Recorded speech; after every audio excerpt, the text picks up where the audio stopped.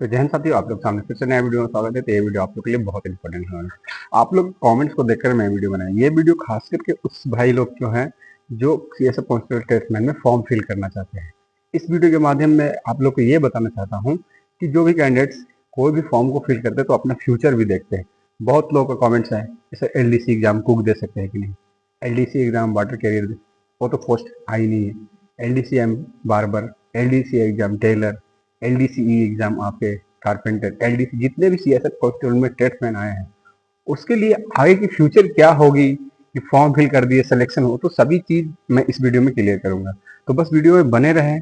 मैं सब्सक्राइब करो ना करो उससे कोई लेना देना नहीं है, बस एक बार वीडियो देख कर जाओ। मैं दावा के साथ आपको गारंटी के साथ मैं बोलता हूँ कि आपको कुछ सीख मिलेगी और ये फ्यूचर में आपके काफी काम आएंगे। तो चलिए वीडियो को शुरू करते हैं। तो इस वीडियो में सीएसएफ कांस्टेबल टेस्टमैन में कोई भी कैंडिडेट फॉर्म को फिल करता है तो उसकी सबसे पहले ये होती है कि मैं फॉर्म को फिल कर रहा हूँ तो इसके बारे में आगे फ्यूचर क्या है। तो मैं डिटेल्स में, वीडियो थोड़ी बड़ी हो सकती है तो आप लोग कॉन्सेंट्रेशन बना के रखें। वीडियो लंबी होगी उससे कोई, लेकिन आप लोग को एक एक क्वेश्चन का आंसर मिल जाएगा इस वीडियो में।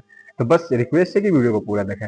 सबसे पहली बात कि फॉर्म फिल होना शुरू हो गया है सीएसएफ कांस्टेबल टेस्टमैन की ऑल ओवर इंडिया में। सबका वैकेंसी तो पता ही होगा, तो अब तो इतना सब सिंसियर बच्चे हो गए हैं कि उसकी वैकेंसी की नॉलेज हो जाती है और कौन से स्टेट में, कौन से ट्रेड में, कौन से कैटेगरी, कौन से, सभी आप लोग को पता है। तो इस चीज की जरूरत नहीं है हमें बताने की। सबसे बड़ी बात कि आप लोग को ये है फॉर्म को फिल कर दिया, सर्विस हो गया, अब आगे की क्या प्लानिंग है, आगे फ्यूचर में क्या हो सकते हैं। अब कोई कैंडिडेट स्वीपर में फॉर्म फिल कर दिया, उसकी जिंदगी में अब वो आगे निकलना चाहता है तो उस चीज को लेकर के इस वीडियो में सारा क्लियर हो जाएगा।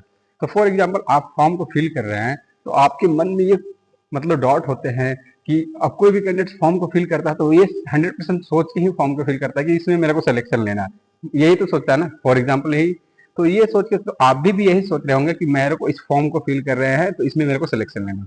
तो सबसे बड़ी बात, किसी ऐसे कांस्टेबल ट्रेड्समैन में कोई भी ट्रेड हो, कुक, स्वीपर, बाटर, कॉबलर, टेलर, पेंटर, इलेक्ट्रीशियन, और उसके बाद फिर और जितने भी 2-3-4 ट्रेड है, नए नए 2-3 ट्रेड को इंक्लूड किया गया है। सभी ट्रेड में जो भी कैंडिडेट्स अपने ट्रेड के अकॉर्डिंग फॉर्म को फिल करते हैं, अगर उसमें सिलेक्शन हो जाता है, सिलेक्शन हो जाता है, सिलेक्शन होने के बाद आपकी जो डॉट होती है कि हमें एलडीसीई लिमिटेड डिपार्टमेंटल एग्जामिनेशन कैंडिडेट होता है, लिमिटेड डिपार्टमेंटल एग्जामिनेशन कैंडिडेट होता है इसका फुल फॉर्म। अब इसका मेन मकसद क्या है जो मैं बने पढ़ा हूँ। एलडीसी में पहले 2016 से पहले जब एलडीसी फॉर्म निकालते थे तो 2 स्टार के निकालते थे, मतलब एलडीसी का जो निकालते थे लिमिटेड डिपार्टमेंट वो 2 स्टार। लेकिन कुछ केस किया सीपीओ वाले या फिर और कोई डिपार्टमेंट में कुछ केस वगैरह चला तो एलडीसी में अब 1 स्टार कर दिए। पहले 2 स्टार की एलडीसी लगती थी, मतलब एलडीसी का एग्जाम होने से जो भी सिलेक्शन होता था उसके 2 स्टार लगते थे, अब 1 स्टार। इसके लिए डॉट के लिए अब जानते हैं कौन कौन कैंडिडेट्स एलडीसी में एलिजिबल है। आपकी सिलेक्शन हो गई कांस्टेबल ट्रेड्समैन में, चलिए आपकी सिलेक्शन हो गई कुक में। For example Ravi Kumar, other state, कोई भी स्टेट से बिलोंग, एग्जाम्पल में यूपी से बिलोंग करते हैं, ये इनका सिलेक्शन हो गया। आपका कुक में सिलेक्शन हो गया कांस्टेबल ट्रेड्समैन में। इनकी ड्यूटी है, अब मान के चलिए कहीं भी कोलकाता में ड्यूटी है, इनकी ट्रेनिंग से लेके आपकी 2 साल प्रोविजनल पीरियड होता है। ट्रेनिंग से लेके 2 साल आपके प्रोविजनल पीरियड बिल्कुल क्लियर होनी चाहिए। इसमें जीरो पनिशमेंट, कुछ ऐसा जो इन एक्टिविटी आपके सर्विस में नहीं होनी चाहिए, जो लिखित रूप से नहीं होनी चाहिए। मौखिक रूप से आपको बोल दे वो अलग बात है, लेकिन लिखित रूप से डॉक्यूमेंट में ये सब आप में नहीं होनी चाहिए। तो रवि कुमार इंक्लूड ट्रेनिंग के दौरान इनके 2 साल क्लियर हो गए। 2 साल आपका प्रोविजनल पीरियड और 3 साल आपकी सर्विस।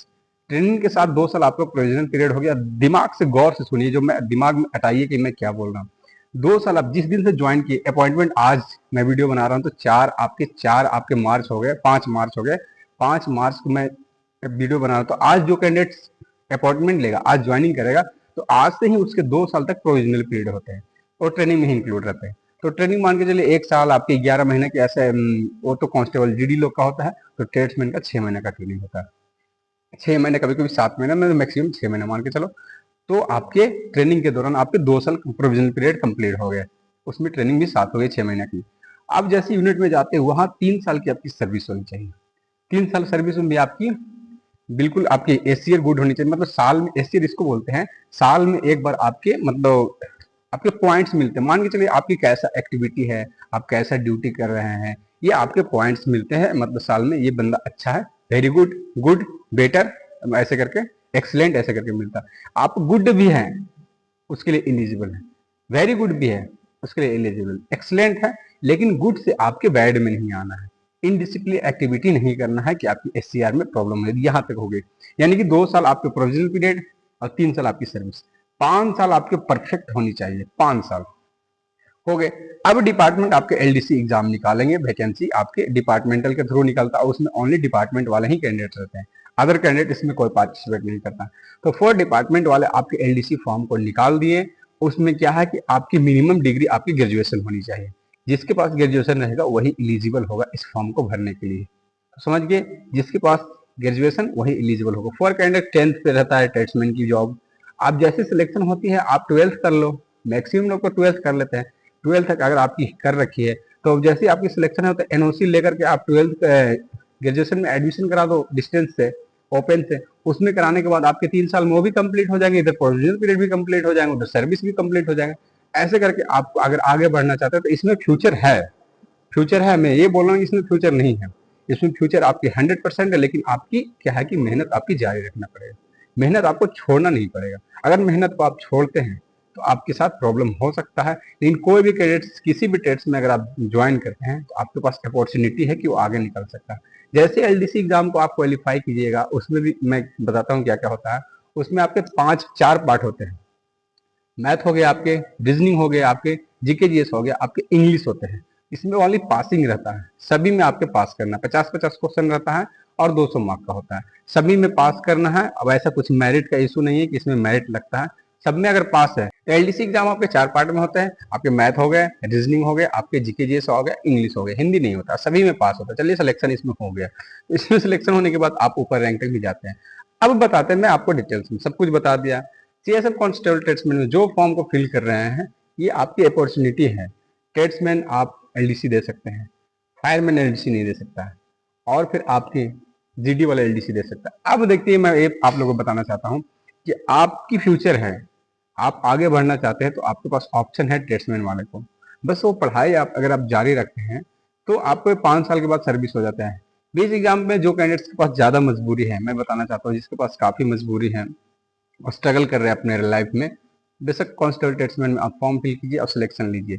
बीच बीच में ये है आप प्रिपरेशन कीजिए, हो सकता है कि इसी प्रिपरेशन के दौरान आप कहीं और सिलेक्टेड हो जाए, ये कौन जान रहा है, ये कोई नहीं जान रहा है। इसी प्रिपरेशन के दौरान आप कहीं और सिलेक्शन हो जाते हैं, एसएससी में, अपना स्टेट में, किसी जगह सिलेक्शन हो जाता है, ये तो कोई नहीं जान रहा है। तो मैं ये देखिए, इसमें मैं इसीलिए खास करके ट्रेड्समैन में ये प्रोफाइल के बारे में बताया। सब कुछ तो मिनिमम सब आपके पे कमीशन ये वगैरह सब कुछ जितना सारा फैसिलिटी हो सभी मिलते हैं, लेकिन ये जो चीज है आगे निकलने वाली चीज, ये कोई नहीं बताता। फैसिलिटी के बारे में हर कोई बता देगा आपको, इसमें आपके राशन मिलते हैं, इतना ये मिलते हैं, इतना ये अलाउंस मिलते हैं, इतना ये मिलते हैं, ये क्वार्टर की सुविधा ये मिलते हैं, सभी वो वीडियो भरा पड़ा है यूट्यूब में। लेकिन आगे निकलने की जो चीज होती है कोई मेंशन नहीं करता, हर कोई आपको ये चीज नहीं बताता। तो मैं ये बताना चाहता हूँ, जिसके पास कोई ऑप्शन नहीं है, स्ट्रगल कर रहे हैं अपने लाइफ में, मनी का प्रॉब्लम है, कांस्टेबल ट्रेड्समैन में फॉर्म को फिल कीजिए। आपके पास अपॉर्चुनिटी एलडीसी का, एलडीसी आप दीजिएगा, 1 स्टार आपके लगेगा, 3 साल के बाद आपको प्रमोशन होने के बाद सब मैक्सिमम से मैक्सिमम 4 साल, इससे ज्यादा नहीं, 4 साल में आप सब इंस्पेक्टर बन जाओगे। उसके बाद 4 साल के बाद आपको इंस्पेक्टर भी बन सकते हैं। अब मैक्सिमम लोग जो कैटेगरी वाले होंगे, एसटी वाले, एससी वाले, वो असिस्टेंट कमांडेंट तक भी चले जाते हैं। तो ये आपकी लाइफ में आपकी ये है, कहने का मतलब इसमें फ्यूचर है, बस उसके हिसाब से आपको वर्क करना पड़ेगा, ये नहीं कि इसमें फ्यूचर नहीं है। तो बस मैं आप लोग को यही बताना चाहता था कि इसमें आपके फ्यूचर है, आप आगे निकल सकते हैं, बेशक निकल सकते हैं। चाहे तो आप कोई भी ट्रेड में फॉर्म फिल कीजिए, कुक हो, स्वीपर हो, वाटर कैरियर हो, बक्सरमैन हो, टेलर हो, कॉबलर हो, पेंटर हो, बार्बर हो, कोई सा भी ट्रेड में फॉर्म फिल कीजिए, आपके सिलेक्शन होते हैं। ग्रेजुएशन डिग्री आपके पास है, 5 साल सर्विस हो जाएगी, आप एलडीसी के लिए एलिजिबल है। उसमें अगर आपकी पढ़ाई आपके सभी 20 सब्जेक्ट में पास है, एलडीसी में ये क्राइटेरिया कि आपके सारे में पास होना चाहिए। फॉर एग्जाम्पल 50-50 का है तो पासिंग मार्क्स आपको पता ही है कि कितना होता है, तो सभी में आपको पास होना, नहीं कि एक विषय में फेल है और एक में ज्यादा नंबर है, तो ऐसा नहीं है, ओनली सभी में पास करना है, इससे ही मैक्सिमम लोग का सिलेक्शन हो जाता है। तो कैसा लगा वीडियो में आप लोग को स्पष्ट रूप से क्लियर कर दिया कि सीएसएफ के ट्रेड्समैन की फ्यूचर क्या है। और बाकी इसमें बहुत कुछ मैं इसलिए मेंशन नहीं किया, अब मैं आप लोगों को किस लिए बताऊं कि रमी लॉन्च, अरे उसकी बहुत सारी वीडियो पड़ी हुई है, मैंने बनाया हूँ। फ्यूचर के बारे में कोई सा वीडियो मैंने नहीं मेंशन किया था सीएसएफ कांस्टेबल ट्रेड्समैन को। और देखिए जो कैंडिडेट्स, मैं एक बात आप लोग को लिख के बोलता हूँ कि जो कैंडिडेट्स पढ़ने वाला प्रिपरेशन करने वाला वो फायरमैन से बढ़िया उसके लिए टेस्टमैन है, क्योंकि फायरमैन में आपकी क्या है ना, फ्यूचर नहीं है। फायरमैन में फ्यूचर ये नहीं है कि आपकी एलडीसी नहीं होती, एलडीसी वाला फॉर्म फिल नहीं कर सकते, फायरमैन वाले एलडीसी को नहीं फिल कर सकते। Tradesman, constable GD, head constable GD, ये सभी फॉर्म को फिल कर सकते एलडीसी वाले। तो यही आप लोगों को न्यूज था जो मैं देना चाह रहा था। बाकी आप लोगों को कैसा लगा वीडियो हमें एक बार कमेंट्स किए। तब तक के लिए अगर चैनल पर नया है तो सब्सक्राइब करो या ना करो, उससे हमें कोई लेना नहीं। तो जय हिंद, जय भारत, टेक केयर।